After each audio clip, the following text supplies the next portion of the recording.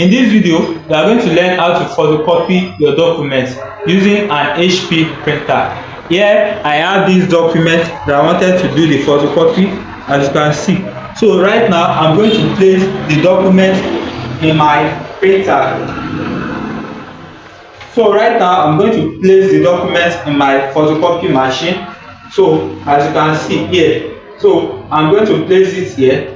So right now, I'm going to select the number of copies that I wanted. If I want more than one copy, so I'm going to press this arrow, then I'm going to press it based on the number of copies that I wanted to do the photocopy. But right now, I'm going to reduce it to 1 because I only want to make 1 copy of this document.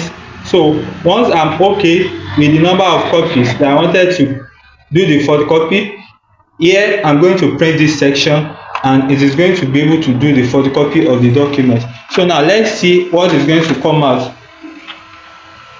You can see it is already doing the copy.